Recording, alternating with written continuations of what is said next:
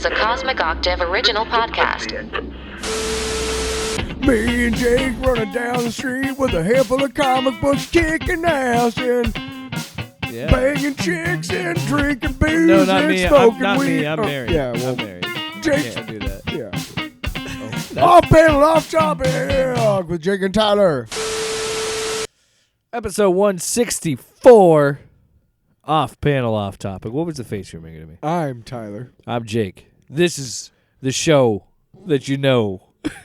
This is the show where you come to listen to us pontificate on various matters. $10. On various matters relating to $1 million, bitch. entertainment, That's how much that movies, word is worth. comic books, music, and other venues, Pornography? or things that we want to explore and talk to you about.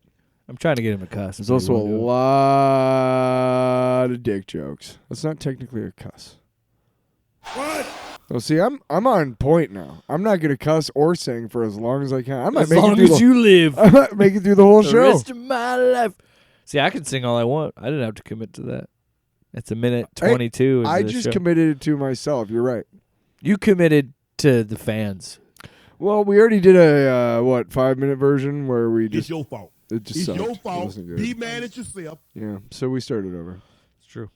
But now that we've started over, and I cracked my phone. during the 5-minute thing, I think it was 56 seconds that we swore and sang, Yeah. and it was like, you know what, we can do better than that. The first run through. Now yeah. you broke at 122, but I have it, so I'm still on. Hey. What do I'm you still mean? on a timer. You said you can sing and it doesn't matter. And what about drops? Because Alex Jones said, bitch. That has nothing to do. No, I'm talking about just me. This is a personal. Oh. You're going on a personal Personal journey. A personal character arc. Some growth. Personal goal to try not to swear or sing as long as I can on this show. And if you do, then you could say, Maybe. Maybe not. Maybe fuck yourself. There's going to be a lot of people tuning in to be like, I want to hear that crazy guy Tyler who cusses and sings all the time. well, you're fucking out of luck. That was Jake, not me. But it could have been you. It could have been you. Swear at me, you. What a disturbing song. I want you to be mad. Scream, dang it. That does not sound healthy. So Speaking of healthy. Yeah. Harrison Ford. No. Been No. eating his vitamins. Well, I think there's been some leaks of the MCU. Before we saw that shot in the trailer of his throwing the shield down. Yeah. But we never actually seen full on the face and what it looks like in high definition because it was D23 happened. They showed a lot of stuff. A lot of it got leaked. And so what we're mostly talking about is the Red Hulk stuff and Thunderbolts, Daredevil. They had trailers that... Well, Thunderbolts was actually like a scene. Mm-hmm. And Daredevil, the only thing I saw was like a trailer that just hasn't come out yet. It was just like this, probably get released in a couple months or something. Yeah. When's it supposed to come out next year? I think so, yeah. And it's supposed to be, if I remember, summer. if I remember May. correctly, it's still supposed to be 18 episodes, but I could be wrong. Yeah. Well, they're planning to split Why? it. They're planning to split it in half, do 9 and 9, which I'm fine with.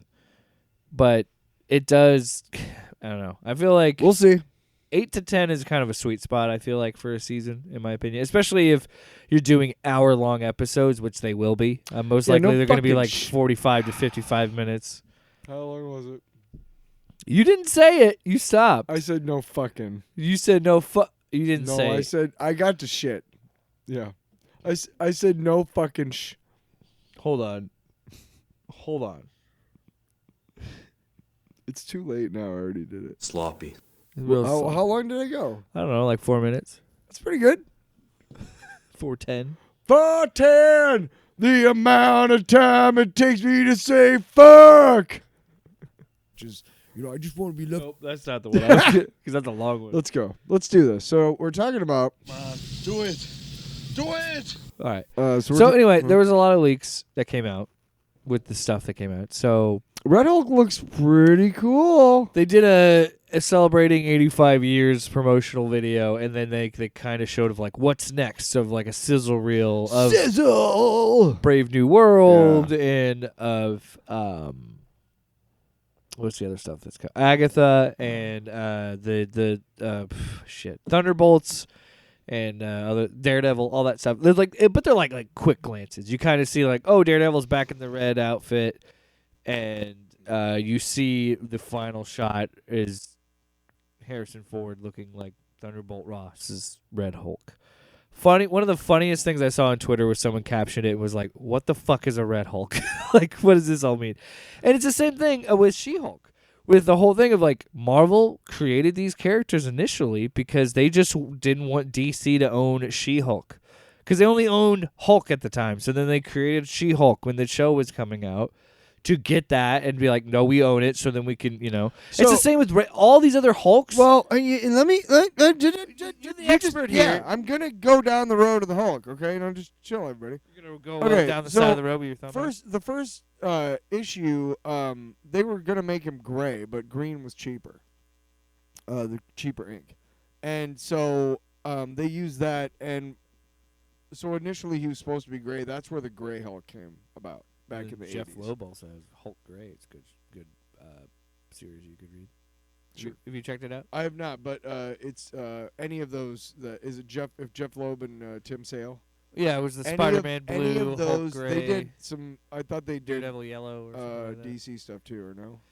Oh yeah, Jeff Loeb did Long Halloween. I'm saying they did stuff together with, Oh. any of those books that they did together, like those colored books, like Daredevil yellow. Yeah, something like that. But yeah, there's Spider-Man blue, Hulk Gray. Yeah. Really fucking good books.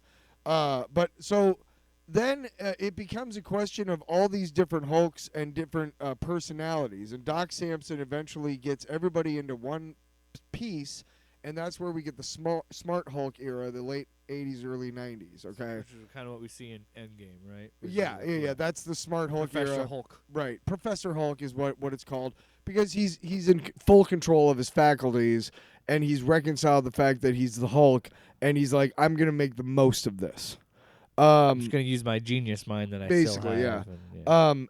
I don't really, I wasn't reading comics when the Red Hulk came out, but I do know that it was a well-kept secret who it was for a long time, who was the Red Hulk.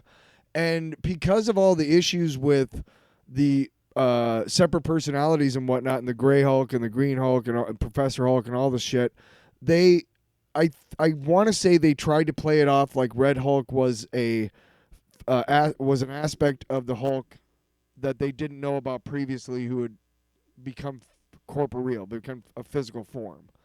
That's what they were kind of playing with. And then when it became known that it was Thunderbolt Ross, that was like, oh, shit. Yeah. There's a Blue Hulk, which is fitting. Yeah, we've talked about it. technically called A-Bomb, and that's Rick Jones, and he's technically blue, but he doesn't look like the Hulk. There's He a looks TikTok like clip. he looks more like Abomination. Did we really do this? No, but we had mentioned it. There's a TikTok clip of me being pissed because I'm like, "There's a blue one," and they're like, "Yeah, it's A-Bomb." I'm like, "Ow!" But yeah, we talked about that, Rick. And the thing that I think is interesting about this, and first of all, high definition look of it, I think it looks great. And Yeah. we already found out from Comic-Con that he had screen cap for this. Sorry, I don't mean to keep clicking into the mic there. God, It's dry in my mouth. jerk. But Drink some water. I think it looks good. Like, it looks interesting. I love the intrigue of it, because at first I'm like, okay, why are we putting Hulk villains into this movie? But on another hand, I'm like, this is kind of an interesting take and an interesting perspective. Wasn't Red Hulk a member of the Thunderbolts at one point in the Yes. comics? Okay, so Rick Remender did one. So I'm thinking that. Jeez, bless you. Wow. And Allergies in that are killing this yeah, guy. Jeez Louise. It was Punisher, Deadpool, Red Hulk, and there were like a few others. I can't remember. Well, but- here's my guess, and don't quote me on this. Obviously, I'm not sure where the leader fits in all of this, but I do know that Thunderbolt Ross at some point at the end of this movie will become a wanted criminal or will go to the vault or I whatever. thought the Thunderbolts team was named after him. That's why they're called the Thunderbolts. Well, maybe he Would dies that at the make end, sense? and that's why they have the asterisk. Because they said there's a reason for the asterisk. Everybody who talks about the movie is like, there's a reason. It's very specific. Okay. Well, maybe they're tied together. But my point is, If this, well, if they're naming anyway, it- I'm trying to make a point. no, let's No, speculate. I'm Come trying to. on. Listen to me. Listen to me. Listen to me. I think initially I hated the idea of having Hulk villains in this, but Right. I think making Thunderbolt Ross the president, Mm-hmm. and the fact that it is a situation where he becomes the Red Hulk, Mm-hmm. and you have the new Which the leader probably has something the to do new with. Black Captain America fighting the president of the United States. Mm. Like, okay, we're getting a little heavy-handed with our politics, but I think also on the surface of it, take that away from it. Just take the idea of this: Captain America, not even mentioning his race, just mention this: Captain America is going to literally fight the president of the United States. Yeah. Which is the single most comic booky, silly idea of a plot, and I fucking love it. Well- And then, yes, of course, you could play the race of it, of him saying you're not Steve Rogers, and then playing into that whole internet hate shit. Well, in the great Mark Gruenwald, Carrion Dwyer storyline where Cap gives up his shield, which introduced us all to John Walker in the comics. He actually does make it to the Serpent Society puts some shit in the water to try and get everybody to turn into lizards, and the president of the United States, who's Ronald Reagan at the time, drinks it. So Captain America, as the captain, that maybe it is that his- uniform becomes U.S. agent's uniform in the comics. Okay, after they have to brainwash John Walker because he kills so much that they're like, we know we can use him, but he's bloodthirsty. Yeah. So how do we whatever? He'll so come in and play later. They brainwash him in Thunderbolts. Yeah, exactly. Maybe you're onto something. Maybe the asterisk has to play in. I feel like Captain America. Well, Captain America actually and fights Ron Reagan as a lizard in the Jesus, comics, that's awesome. I love because it. he has to. I love it. He comes at him and shit. Well, here's the thing, too. But I think that Hold on there, Mr. President. I think Brave New World and Thunderbolts are pretty connected. In some way. They gotta be. Because, They're coming again, out close to each If other. I remember correctly, isn't the whole point of the name of the Thunderbolts is it was his team? I'm gonna have to look this up, but I'm pretty sure that's the point. I don't know. I do not know if Thunderbolts had anything to do with Thunderbolt Ross, unless he started the team as a general. You know what I mean? Yeah. I don't know, but they're every single. But in later iterations, yeah, Red Hulk is a part of the team. But Every time they've mentioned the movie and the fact that there's an asterisk, they've said like there is a specific, and I think that ties into it somehow. And wouldn't it be kind of a good idea to kill off Thunderbolt Ross in the MCU if it's Harrison Ford? Yeah, maybe 'cause not he's knowing if old. he'll be. Yeah. Look, he's definitely friggin' spry, dude. Yeah. And he looks in better shape than I am. Oh, it's Deadpool. Also, the Marvel Now team I'm thinking of was also Red Hulk, Deadpool, Elektra, Venom, and Punisher. Agent Venom. Nice. By the way. So I'm trying to look. I'm looking up the origins here because there's Zemos as Thunderbolts, and then okay. Anyway, I think that the asterisk has to do with something with that because the new Thunderbolt. I don't know if there's something in the comics related to it. I just think it would make sense to call him the Thunderbolts because that's his name, but it's his nickname. maybe anyway. that's why they haven't shown us any trailers and stuff. I don't know, but When does that one come out? Next fall? February is when Captain America comes out, and Okay. then I think Thunderbolts is supposed to be maybe in November. I can't remember the date. If that's the case, then we'll probably not see much from Thunderbolts until Brave New World. Closer to that. Yeah. Because I think they're going to show that Red Hulk is in the Thunderbolts, and then they'll kill him off. But see, there's the Thunderbolts originally appeared in Incredible Hulk. Yeah. In '97. Yeah. Yeah. But yeah, this was their Suicide Squad. So And Zemo was a their different whole thing. It was a team of Zemo was a supervillains. different name. Yeah. It was, what was he called? Baron Helmet. Hold on here. I gotta do some research. Anyway, I can't find anything about him leading the team, but I'm sure maybe that's what it's related to. I don't know. But what I wanted to say is I love that we can speculate because I still think what you were talking about, the Serpent Society, I think we're kind of playing with that a little bit here too, because if you remember, back in 2013, 2014, they had a whole plan, and originally it wasn't supposed to be Winter Soldier. It was supposed to be the Serpent Society. Was the sequel after Avengers. Citizen V. Citizen V, okay. But they changed it to be Winter Soldier, and then we went to Civil War, and the rest is history. Yep.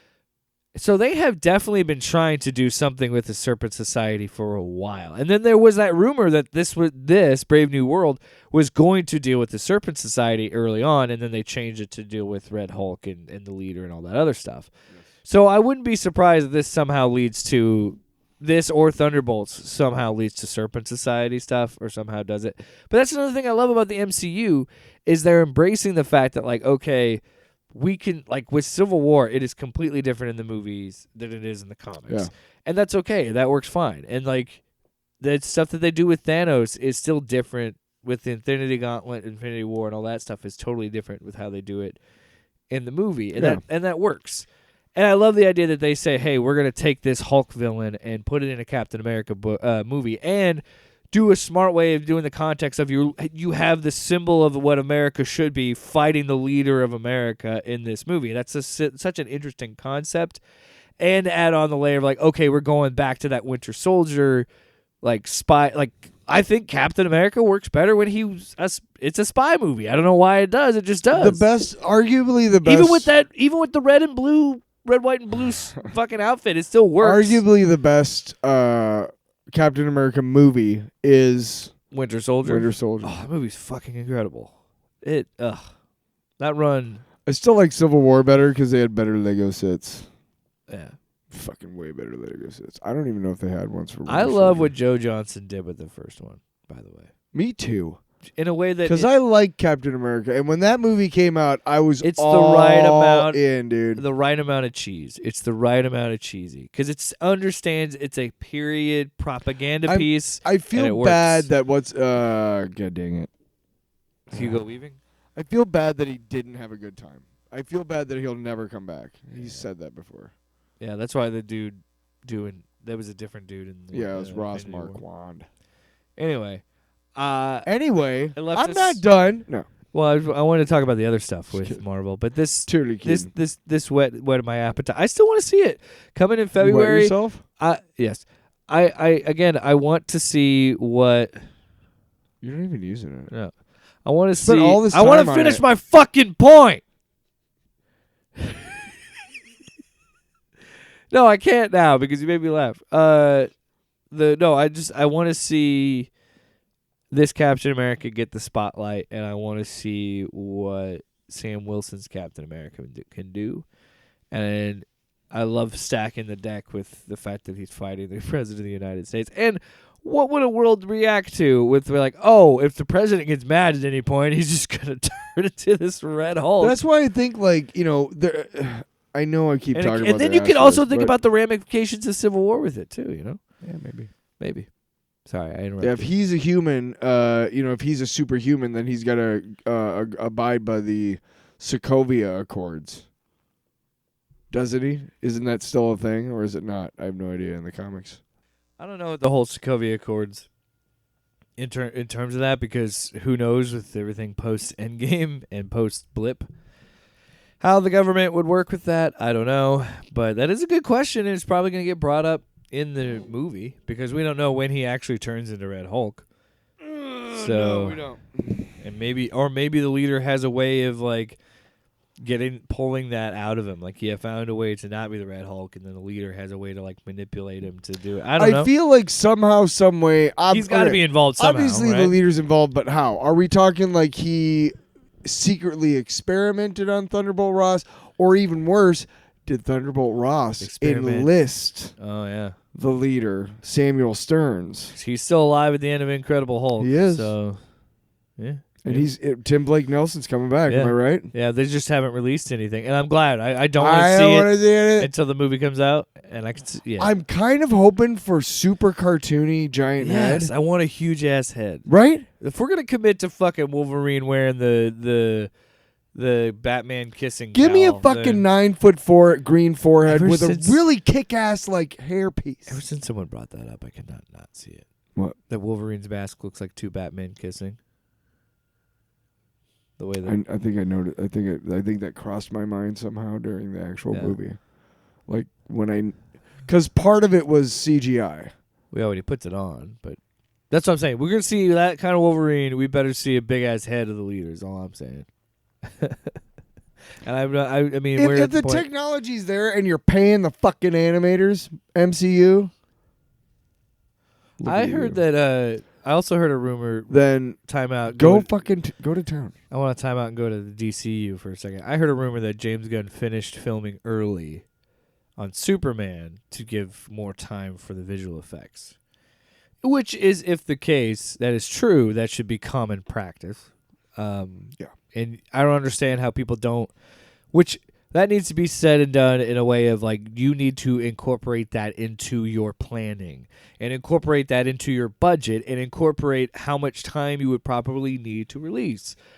And so, and I think, I truly do think that Marvel is starting to understand a little bit more that like maybe people like Deadpool so much because the last time we saw Deadpool on the big screen was 2018. And there was so much time and development going into that third movie that when it finally came out, like, it's surprising how enjoyable and fun that movie is, considering it was stopped twice because of strikes. And then, it's and then the flip side of that is The Flash, which took 9 fucking years and looked like shit, and probably still ran some animators into the ground. Other things were in that 85th anniversary video that already had some leaks. So they showed some. Good on James Gunn, by the way. But yeah. If that is true. There's more. They showed a little bit. They showed glimpses of Thunderbolts. They showed a quick glimpse of Daredevil. So Thunderbolts, I saw someone did leak the scene that was shown, and I saw like I didn't watch all of it because I'm like I don't know if I don't want to spoil it for myself. Yeah. So I watched some of it, and what I did see, it looked fun. Like, the pacing was nice. The action looked great. Like, I love the choreography. It actually seemed like there was a little bit more choreography. I always want to give, and I've said it on this show and other shows so much about how much I want to take time and applaud these shows or movies that want to actually have in-camera fucking choreography. Yes. Because I cannot tell you how much better it looks when it actually looks like people are fighting and actually punching each other. Yes. And you have to have like, and I want people to be safe, and I understand certain right, things you have to do. That's CG, why you practice it. But you should do as much as you can to not use it because, and this scene it was cool because we got to see different dynamics. We got to see Ghost, we haven't seen since Ant-Man and the Wasp, and I just want to wrap it up with that. And we got to see Wyatt Russell's U.S. agent fighting Florence Pugh, Yelena, the new Black Widow. And you see her Yelena Belova. Yeah. You see her fight styles like a Black Widow. And it's really cool. And it's like, wow, again, I've missed these characters. Ghost didn't really have much in that Ant-Man movie, but it's cool to see her character get a second chance. You know what I mean? A great example of really well done choreography is the final battle in Revenge of the Sith between Anakin and Obi-Wan. Because if you know anything about the lead up to that, you know, Ewan and Hayden like practiced hours a day for months to get the choreography just right. And that's how you make sure you're safe. Yeah. And then they fucking nailed it. They fucking nailed it, bro. Bro. Hey, bro. And I'll talk. Hey, bro. I want to talk about that because I kind of have a double thing with that because I haven't finished it because I tried to watch it. This is the I'll talk about that. Is this your long box? Yeah, that'll be my long box. Well, I had one already, but that might be partial for that. But partial credit. Well, I just saying like what I saw. Mine's kind of like it's an nice, amalgamation of shows. After having all these bright colored CGI fights in the MCU for so long, it is nice to see something that is a little bit lower stakes, close quarters combat. And it already seems like these dynamics kind of already work, and I'm interested to see how it looks better than I expected, the little bit that I saw, and then I didn't have much expectation, and I'm like, oh, this could be interesting. This could be fun. Could be interesting. I think it would help, and I don't think it will be, but I think it would have helped maybe if it were a little bit more R-rated, but because we've already crossed that threshold with Deadpool and Wolverine. Yeah. But I don't think we're going to see much. Only certain things are going to get that. Yeah. Like the Blade that we're never getting. Yeah. Well, and then I'm trying to figure out how they're going to do the Sentry with the Thunderbolts. Like, that's going to be so interesting. The Sentry? Yeah. Oh, the Sentry. The Sentry. I keep thinking you say a century, and I'm like, what? Which is, we've talked about on the show, is a very interesting character. I don't know how they're going to deliver it. Are they saying he's in it? That was supposed to be the dude who played Glenn on Walking Dead. He's also Invincible. It's Steven something. I can't remember his last name. Steven Yeun? Yeun? Yeah. Yeah, but he hasn't. He backed out yeah. because of scheduling or whatever.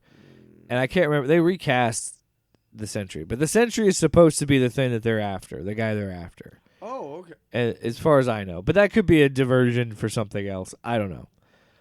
But I wonder how it's going to go out, how it plays out. But again, what I saw, I was kind of impressed. I was like, this is better than I anticipated. And my low expectations were raised a little bit. Will I see it in the theater? Yeah, because, of course, we're completionists, you and I. We have to see these. Oh, I made it. Oh, we have to see these movies in theaters. Taskmaster's in it. Yes, Taskmaster was also in the scene that I saw. I believe. Okay, I think I saw almost everybody. Even David Harbour showed up. Harrison Ford as Thaddeus Thunderbolt Ross is in it. There you go. That's how it's going to connect. Lewis Pullman as Bob/Sentry. Ooh. Geraldine Viswanathan as Mel, DeFontaine's assistant. Additionally, Lawrence Fishburne and Rachel Weisz are expected to reprise their MCU roles from the as Bill Foster and Melina Vostokoff. What's the premise? Let's see here. They fight the Sentry. A group of anti-heroes goes on missions for the American government. Okay. Yeah, they're super vague on the plot. But anyway, should be interesting. I like it. I like that they're doing taking chances. Everybody's got some sort of written, and thing. Honestly, and the only one who doesn't is Lewis Pullman as Bob/Sentry. And it just takes you to the Sentry Bob Reynolds thing. And if it goes the way I'm expecting, it's all going to blow up in a few years anyway, so let's just enjoy the ride. You know what I mean? Have some fun with it. You know what I'm saying? Fuck it. Whatever, dude. Whatever. All right. And I don't care. The last bit of leaks that I saw a trailer for Was it my pants? For Daredevil. I didn't shake enough. Daredevil Born Again was the trailer that I saw that was kind of grainy, like several. Did you like that? I'm ignoring it. Someone was clearly filming with their phone, but so it was kind of grainy. And I'm wondering when they're ever going to release it online. When are you going to ever release it online? But let me tell you this right now. Baby. If you were concerned and with how it was originally and you're hoping for a better product now, I think this is striking a lot of chords. I think Netflix show did. Have fucking struck gold, motherfucker. I think this is hitting a lot of the notes of that Netflix show from what I've seen. I saw Deborah Ann Wool come back. I saw Foggy. We saw glimpses of them. We also see we get to see Kingpin again. I can't think of his name. Vincent D'Onofrio as Fisk. Fucking, the bald fat guy. Fucking bald fat guy. The big guy. And then we finally do get to see John Barenthal as Frank Castle. Why don't you just marry John Barenthal as Frank Castle, the Punisher? Because you talk about him enough. We talked about it for the show. You talk about him about as much as I talk about the asterisk on Thunderbolts. A lot. Okay, go back and fucking watch that show and try and deny Charlie Cox and John Barenthal's chemistry, you ass. Season 2, if they would have stayed focused, which they should have just stayed with either the Frank storyline or the Han storyline. No shit. Would have been fucking incredible. Yeah. His storyline was awesome, and I loved that it. whole, what was it, 3 episodes where they're like all on the roof? 1 batch, 2 batch, penny and a dime. Come on, are you fucking kidding me? And then that whole fucking prison riot where he murders that whole prison block. Come on. Go back and watch that show. It's incredible. You watch that show. It's incredible. It is. Hi. Wow. Daredevil. I'm the Punisher. How are you? I'm the Daredevil. I'm the Punisher. That's so different, you and I. Except I kill and you don't. I'm blind and you're not. Wait, is he playing both roles? Christopher Walken in the role of a lifetime. Christopher Walken and Christopher Walken in Daredevil and the Punisher. Bullseye. Buddy trip. Is he Bullseye too? I don't miss. I've come to kill both of you. Hey, that I don't miss. the man with the horns made me miss. Stop throwing that And he's billy in the club at same me. fucking outfit as Colin Farrell. I can kill you I'd- with a oh my paperclip. God. Someone do that. I don't have the time to deep fake it. Have somebody do it. Lord, ladies and gentlemen, Lord of mercy. Ladies and gentlemen, I'm a fan of Marvel Comics. So much so that I made fan film. I decided to do a one-man play of Mark Steven Johnson with the help of CGI. Waiting for Godot. He did not do the Michael Clark Duncan parts, though. He just left it be. Because, He's a professional. he's a professional, exactly. R.I.P. Michael Clark Duncan. Yeah, true. I will just, honestly, I think my favorite role of his, honestly, was Green Mile? in Slammin' Salmon. Oh. Have you ever seen that? No. The Broken Lizard movie. No. He plays this. He plays don't this really like shitty boss. He's like a boxer type who likes put all his money into this restaurant in Florida, Yeah. and he's really dumb because he has no,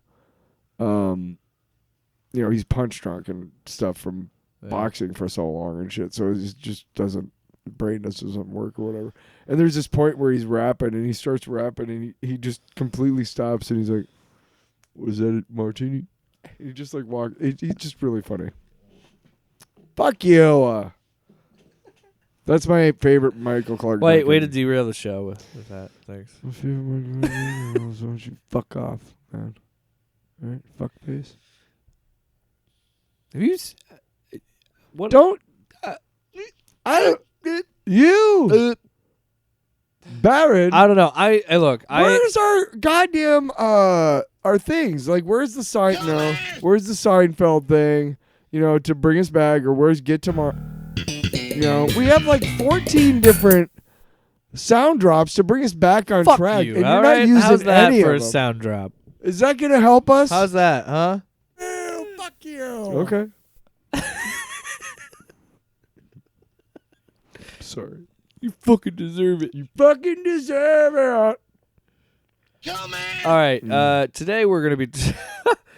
So last week we talked about Absolute Batman and Superman and Wonder Woman and the whole Absolute line and what that was, and we're trying to figure out what DC. Were we All-In talking was. about how much it sucked last week, and then Oh wow. no, because remember we were talking about the symbol and like what the hell. Oh, how is much that? I hated the bat symbol. Right. That was the worst one. But my brother and I went to the dog park on Sunday morning. It's a weekly thing. He takes his dog to the dog park, and I go with. That's kind of the only time that we hang out. So we get to chit chat, talk about life. He's my older brother, so I like to take advice. Also, Do you play fetch? No, but his dog is pretty cool. Tough. But so we're talking about him, like, because I like to get his ideas about stuff, because I am a nerd, like I am, because my older brother had comic books all laying around when he was, when I was growing up and stuff. So I'd read these, and get to know these comic books, and I loved all these stories and went to Star Wars and all that stuff and all the toys. And he was telling me something that you say is kind of prophetic, because he was telling me, I was saying, why do you think the Batman symbol and da-da-da, and he said, well, if you notice that he's really like super powered, looks almost. Yeah. I think just it's a world where gigantic. Darkseid wins, and he's been like raised by parademons. And you asked me if he knew about Total War or something, or Absolute War. Well, there's Absolute Power. So this came out in July, the release. So I was just digging deeper, and Okay. I wanted to talk more about Yeah. it. So I'm very interested. so to know how Absolute Power close is what's we're going to end in October. Absolute Powers. Absolute Power. Okay. No S. Power. Very specific. And what was that? It's very specific. What was that? I don't fucking know. You're such a dick. So Fallout. So this is from DC.com. The fallout from Absolute Power. The DC. Can you pause for a second? What the I fuck? fucking hate it when they're like, the fallout from this giant thing is going to lead into this giant thing. I'm like, shut the fuck up. The fallout from Absolute Power, the DC's superheroes battle against the Trinity of Evil, will result in a seismic change to DC Comics this October. Today, the publisher revealed DC All In, a line-wide initiative combining exciting reimagining, again, reimagined universe of DC superheroes, an ongoing line of core titles featuring both new directions for DC's mainstay superheroes. So, All In #1, which is coming in October, is supposed to set it up. So it's saying, following the events of Absolute Power, the heroes of the core DC universe have fought against the deep divisions of the world around them to usher in a new era of unity. And just in time, too, because Darkseid has returned. Superman gathers every DC superhero on Earth to hold a line against a vastly different version of the Lord of the Apocalypse. Lord of Apocalypse! So, yeah, it's just all this shit. So it is what we thought. It is what your brother thought. We're going to create a whole new fucking universe, everybody. So the DC All-In special sets the table for the DC Absolute Universe, led by the return of fan-favorite writer Scott Snyder. The creation of the Absolute Universe is how I imagine coming back to DC, and DC All-In will be a great jumping on point for new readers as well as lapsed fans to discover new stories to love and a chance to explore new directions in store for DC's core series. No. End quote. No. Why? No. Why? Stop with the fucking reboots. Jesus H. Give me one fucking year of basic fucking continuity. Pare it down to like 10 heroes and 20 villains, okay? That's it. Stop it. Stop it with like, oh, you know what? We're gonna go in, we're gonna give you a series about Red Robin and his goddamn team of thieves. Why? Nobody wanted that. Nobody fucking wanted that. No, just give me Superman. Give me Wonder Woman. Give me 2 Batman titles, because he should have 2 Batman titles. We should just have 2 Batman titles. Give me Superman, Wonder Woman, Batman, Green Lantern, Green Arrow. What else? Flash? Yeah, Flash. Yeah. No Cyborg. Maybe. Yeah. I don't know. Black Lightning. I don't know. But give me 10 heroes, 10 books for 1 year. See if you can handle it. Can you fucking handle that, DC? I don't think you can handle it. I don't think you can give me 12 goddamn months of a fucking continuity so basic that I honestly, within 6, you'd be like, we have to change, you guys. The sales suck. You haven't even seen the sale. Yeah, but I heard. But I want to say, I again, you can't have your cake and eat it too. So we compliment DC for being flexible and reimagining their characters. But at the same time, it's like, why? Why do we need To this? me, there is no core DC continuity anymore. No. To me. It's been long gone. That's what I'm saying. After It's Infinite Earths, I feel like... That's fine. I don't mind that. But then it's like, but let's actually try and make some... like, shut the fuck up. Now you're just artificially inseminating continuity into your universe, and that's gross. Yeah. Did you hear what I said? You didn't even notice that I said artificially inseminate. You didn't even notice it. But here's the thing. I understand where you're coming from because... Oh, you understand where I'm coming from. Because on one hand, it's like, but it just feels like the same shit we're told every couple of years, right? Every couple of 3, 4, 5 years. Because from Infinite Earths leads into the new 52. We fucking heard this shit before, guys. That's what I'm saying. That's my point. The new 52 is something where it's like, this is a fresh take. We're starting all over. We're doing this whole thing. It started and with then it the goes into fallout from something. and then it goes into rebirth, and then there's the Doomsday Clock stuff, and then there's blah, blah, blah, blah. It's all over the place. And then it goes like, okay, but now with DC Absolute, it's going to be years removed from continuity. It's going to be this stuff all over again. Okay. But isn't this what you have said in the past? What is making this different? And this is look, I like Scott Snyder, but I can tell when you're told to, like, this is the release, so he's going to say, and it's going to be on DC's website. So he's going to say the most politically correct thing to say, the most important thing that he'd say to his bosses of like, it's his exciting starting point, blah, blah, blah, blah. When in reality, it's just the same shit over again. No, somebody wrote the quote, showed it to him, and said, "Is this okay?" And he was you, like, "Sure." And look, you and I have committed to giving it a fair shake, and I will. Yes. I will read the number ones. I will give it a shot. It's Batman first, isn't it? But, I want to be, yeah, Batman comes out in October 9th. I'm pretty sure. So do we have to get the all in also? No, well, I'm just saying, like, it's that Absolute Batman is what starts the all-in line. So, like, that's But just, there is no like all in no, number one. There's no series. Because called All-In. the only reason I'm asking is a lot of times Marvel will do like Yeah. something alpha Yes. and then omega. Fucking Okay. eat my ass. You know what? Eat my ass. You know what? $1 million, bitch. No. I'll eat your ass. There you go. Come on. Just fucking it up over and over again. It's your fault. It's your fault. Be mad at yourself. You saying I need to get a soundboard for us? So I can do it? Because you just... All right, so Absolute Batman number one, yeah, is October 9th. Okay. Well, we'll see. I- Only a month away. It's just, and then look, I know we pulled that from DC.com, so that was going to be the most positive press release thing you could read. Sure. But it has been promised in the past, and I'm wondering how this is going to be different. And then if they're going to say, like, okay, well, and I was reading what they were talking about in IGN, because IGN is kind of positive on it, and I was just reading what one of these guys wrote, and he made a good comparison. Let's see who wrote this. Jesse Sheeden. It's a man. I don't know why that's important, but I was just like, he wrote this. I want to get the proper pronouns in there. He made a good point where he compares like Marvel rebooting the Ultimate line, and like, okay, so DC is kind of responding, maybe trying to do this, and that sounds interesting. And I honestly, you and I have talked. I have been pushing DC books on you more on this show. I've always been. Yeah, and I'm getting fucking sick of it. Hey, I've always been a DC cheerleader, and so I will support I'm a Marvel I, shill. I'm willing to give this a shot, and I'm interested in this. Yeah, I'll check it out. And I'm also excited just because, yeah, there is that appeal of Nick Dragata, who, again, last time I saw his work was East of West, which is fucking amazing artwork.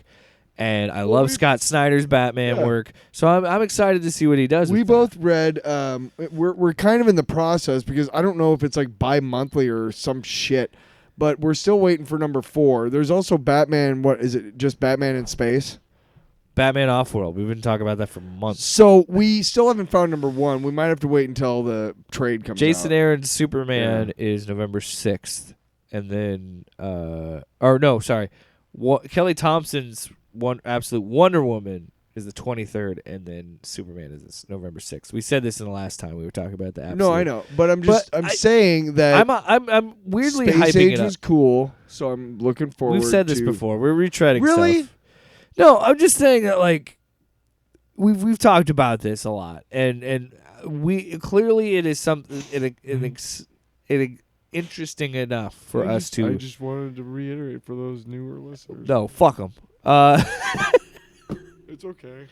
But they're right. DC's approach to this is we live in an age where you're going to, yes, a name makes a difference, like you talked about. Superman, Batman, Wonder Woman, they're going to sell.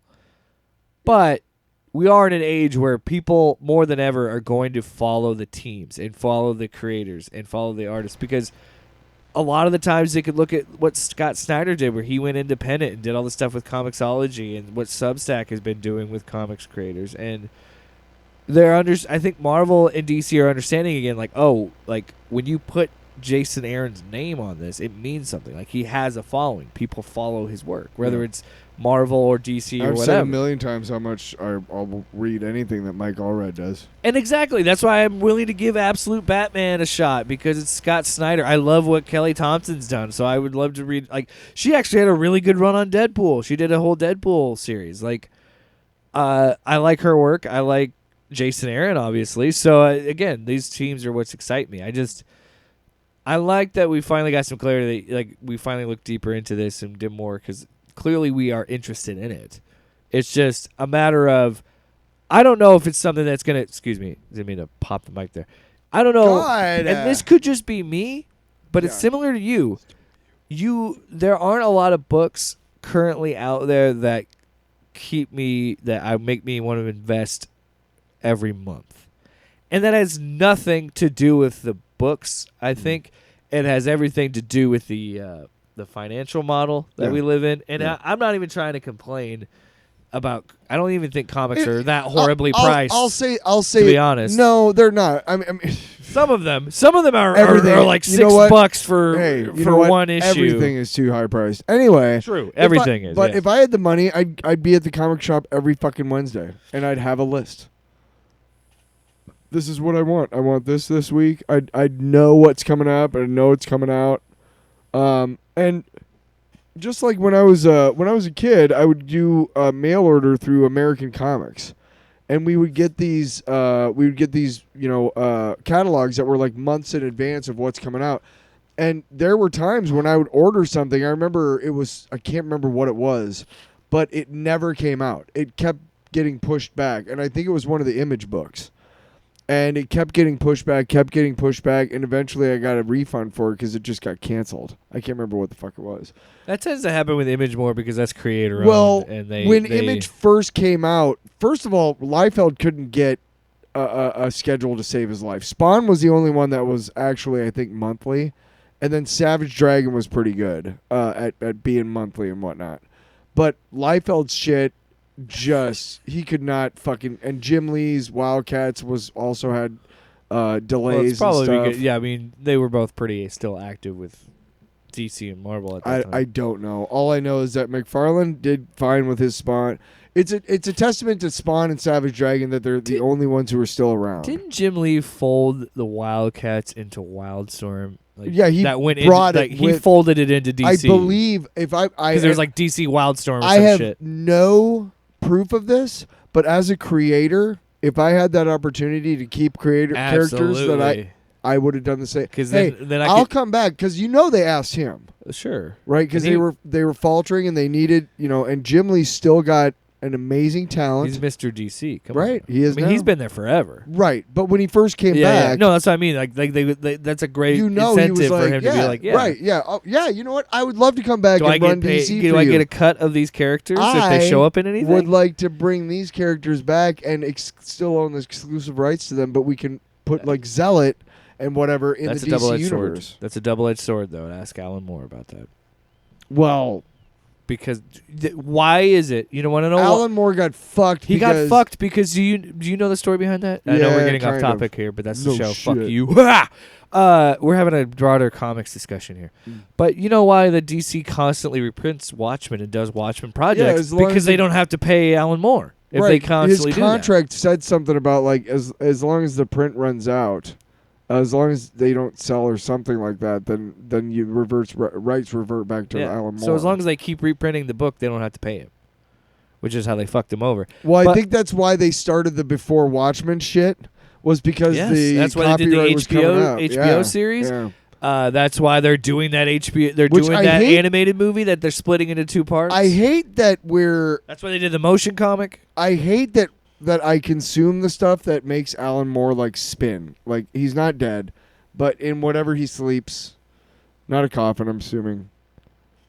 But you know what I mean? Like that I don't know. I would feel really shitty about that too if like every time if it was really because the Watchmen show was really well done and I consumed it. And I am one of the people that causes those issues. That show was awesome. I am one of those issues that causes. I'm one of those people that causes issues for Alan Moore because I consume whatever they put out that has Watchmen overtones because it's such a good story. Like I'm part of the problem, and I hate that about myself. But as a creator, that would drive me nuts. Like I'm not gonna ever see a dime of any of this stuff that I see every day. It's unfortunate because you are seeing creative people that love this story get a chance to do it because DC is going to constantly do adaptations of it. Yeah, I guess. But it's also like that sucks for the original creator. And that's just the way it is. That's the business. I'm pretty sure he said himself, I don't own these characters. So, I mean, like, that's the thing. That is what happens when you work with a publisher like that. You don't own those To characters. be honest, if I was an artist, and I have no idea how financials go at all, but if I got a lot of money to do like a Watchmen adaptation, I'd be like 5% goes to Alan Moore some way work and, that out. and Dave Gibbons. Dave Gibbons. Isn't he the artist? Yes. Dave Gibbons. Dave Gibbons. Dave Gibbons is Oh, British, also, love. Can we talk about that? No. Segueing into another little side Sure. topic. Let's do it. Have you seen the trailer for the Watchmen animated movie? I have not.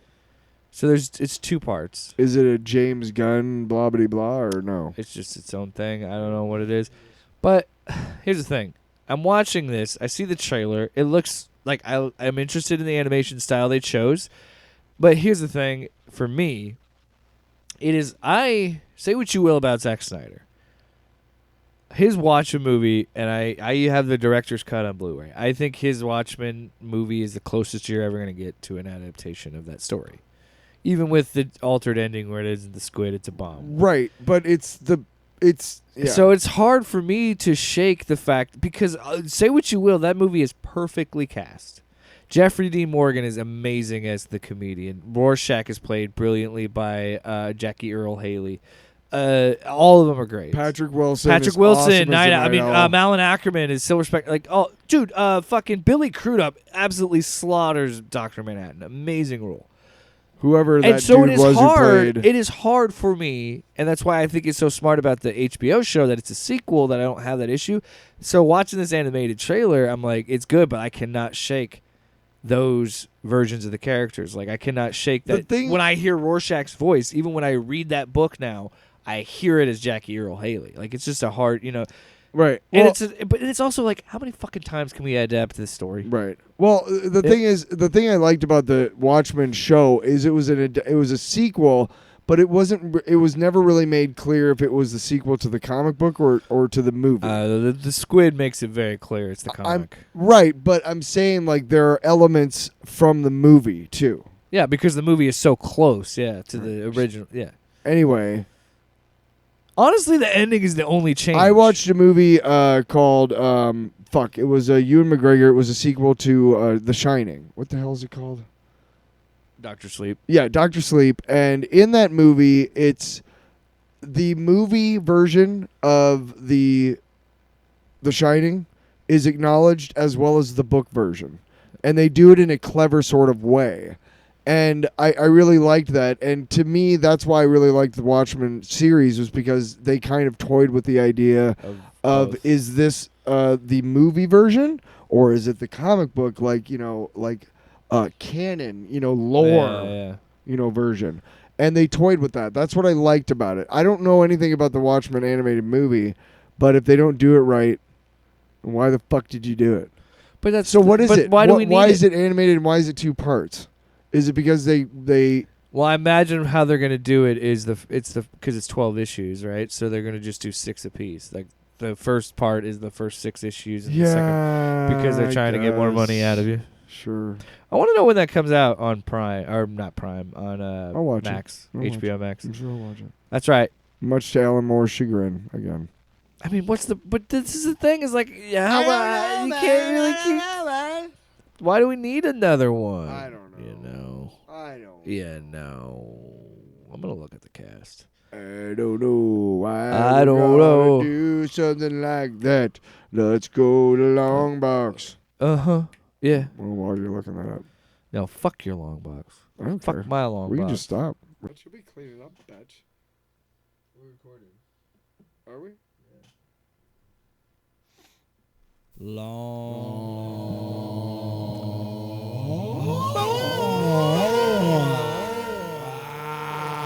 It's a long box. Oh my lord. Yeah, baby. Wow. Tyler. Wow. Tyler.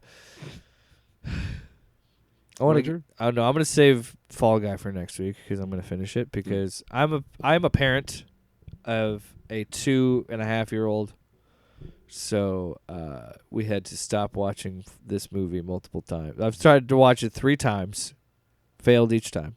So once I actually do, and I was watching the extended cut, which is like an extra 20 minutes, so it's 2.5 hours instead of 2 hours. So I'm gonna finish it. But anyway, this week's long box. Back to what I was originally gonna do. Is a book that I just read. because I'm kind of a book girly now. I'm all about reading books and okay. Thank you. I deserve that. Anyway, the book that I just finished is a book that I've been kind of trying to find for a while. And again, shout out to my local library. I was able to find it. Always talking about the goddamn library. So the book that I'm talking about is called Football for a Buck: The Crazy Rise and Crazier Demise of the USFL. Jeff Pearlman wrote it, and it is truly one of the more interesting, bizarre stories in sports, like what the USFL was.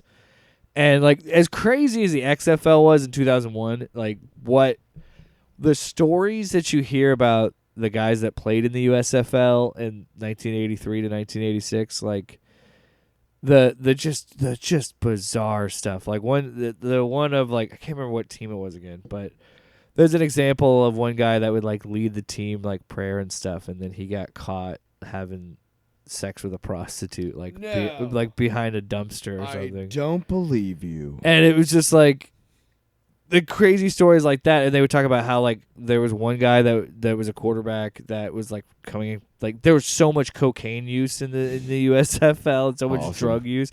Like there was one guy who would smoke a joint before every game, and then but he was like one of the best receivers in the league. And then his teammate was like, fuck it, man, I'll smoke a joint, and maybe I'll catch as many passes as him. And he freaked out and was like not having a good time. He's like, I never smoked weed again. Never did it. Never touched it. But it's just like stories like that of like just bizarre stories. Like there was a story of George Allen. I don't remember if you remember that NFL coach. Yeah. Coach. He was the Chicago Blitz coach, and he sent like fake scouts that had like fake USFL gear on, filmed the other team so he knew all their plays, and like crushed them. Like they knew every play the other team was running because they illegally filmed them. So he was like pre-Belichick Spygate. Yeah. Like there's just like just stories like that all over. There were stories of they had the San Antonio or the LA team ran out of money because they never did a proper vetting process on the owners. And what started out as a solid idea got worse. So, like, we're going to play in the spring and not compete with the NFL because there's no football on. People love football. We'll have and it worked. And then they're like, let's expand after the first season. They're like, 6 more teams. And we're going to bring in Donald Trump as an owner. Yeah. And not politically at all. I will tell you right now, if you read this book, you will find out that this man has not changed in 40-plus years. And that should tell you everything you need to know. Because he gets involved. There's a movie coming out with him being played by Sebastian Stan. Oh yeah. And the more he gets involved, the more he wrecks the whole league and just destroys everything. No. And it's such an interesting, fascinating book. That guy. And there's so many. That guy is a healer. But at the end of it, honestly, at the end of the book, I was smiling because it's like you see some of this, because it ends with a lot of the stories of the guys that ended up, like how much talent there really was in the USFL, like how many got NFL contracts, and probably like the success of it being, and what is kind of turned into the new USFL and XFL that's the UFL now. Yeah. Of like UFL? Damn it. First of all, we're never going to compete with the NFL. Secondly, let's compete. Let's work so much with them and be like, yes, we're a spring league, and we're gonna. Yeah. Why have you never tried? Why not just say like, okay, like let's work together we're the B league and put these guys, give these guys that maybe it didn't get a look. We're the minor leagues. Didn't get drafted. Didn't get NBA's got it. They MLB's always got sold it. as Hockey's got it. This is the second chance league. Exactly. Yeah. And it's like. It's crazy how much the USFL originally could have been so successful. The reason why got too greedy. But it's an amazing book. Football. The reason why the other football leagues have really not worked is because of the timing of it. And football has largely been, summer, late summer to mid January or so. January, February, right? And when you have football in the spring, if you're trying to make the NFL team, you're basically not getting any time off at all or whatever. Yeah. But the biggest reason why these minor league football leagues have never really worked out is because college football is the de facto Yeah. minor league for the NFL. But that changes now with NIL and all that other Oh, stuff. yeah. But Yeah. also, by the way, Jeff Pearlman is the guy that was the author of the book that is based on Winning Time. That's Winning Time is based on the show. Hey, you know what? Jeff Pearlman's So winning. also, I want to point out He's winning. while that show was canceled, it was BS because fuck you, David Zaslav. Yeah. But if you're to adapt another work of Jeff Pearlman, please do this book because I would love to see a show of this because it is begging to be. I want to see somebody doing cocaine. Dude, there are so many that's not even the beginning of it, of like just how many times towards the end how many players were playing for like 2, 3, 4 weeks without being paid. Oh yeah. Because checks kept bouncing because they didn't do enough vetting of being like, hey, do you really have enough money to sustain a football team? No, not really. Wow. You done? I'm done. Are you done talking about a thing you like? Let me talk about a thing that I like. Fuck you. Throw my headphones down. I quit. Fucking bullshit. Get out of my house. No, I'm just going to hold my middle finger. Oh, continue. Check it out, man. I don't give a shit. I hit you with a fucking stunner. Wow. Get out of my house. Wow. I drank one beer.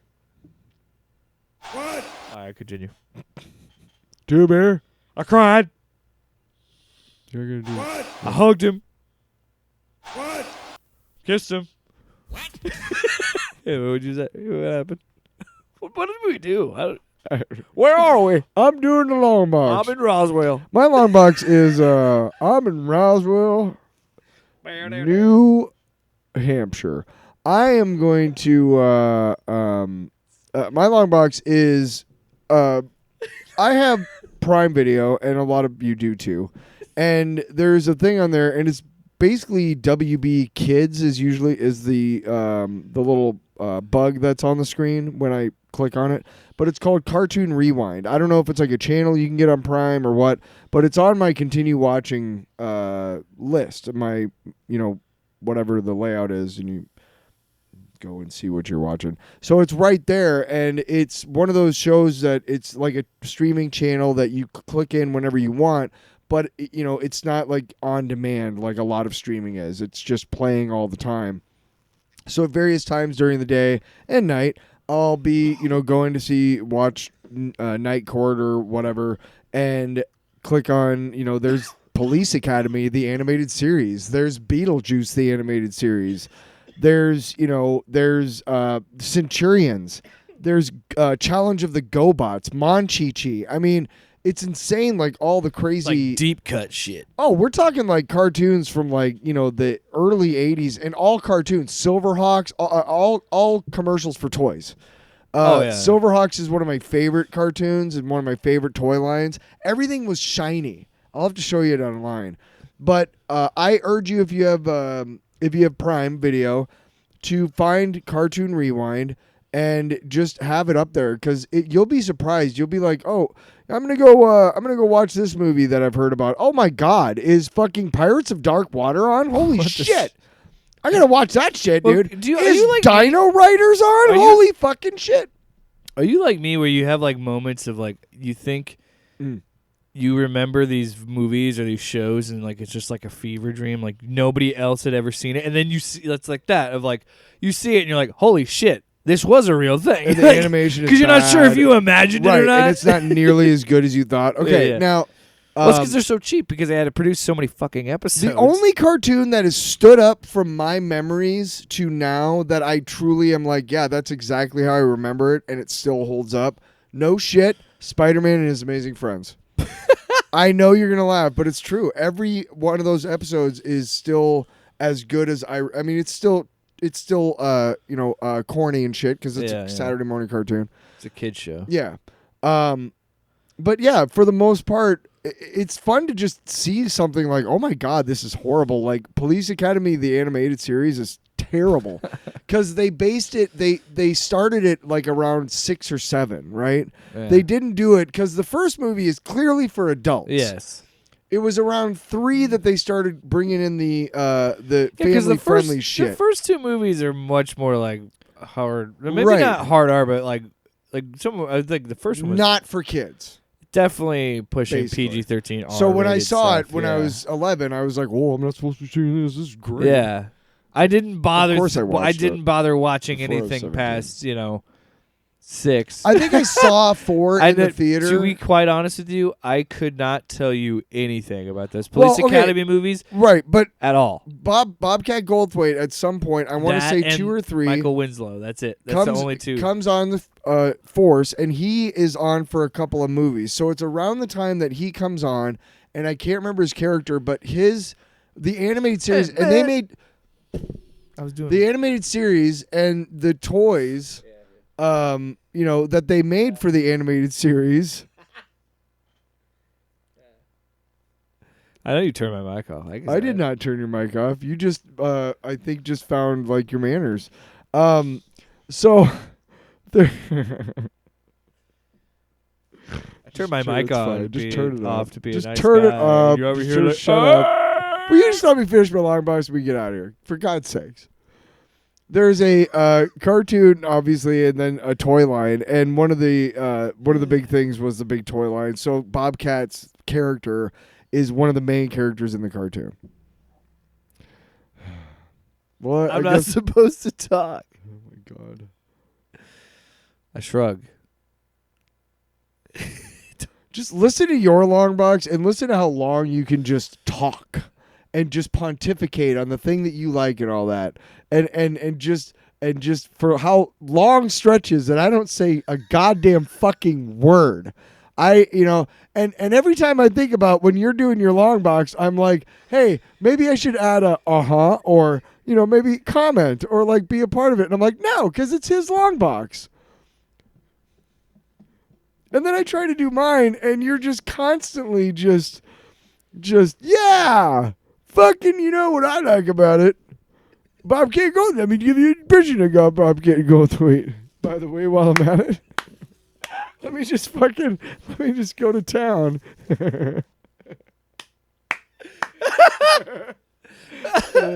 That's all, folks. Have a good night. Off panel, off topic with Jake and Tyler.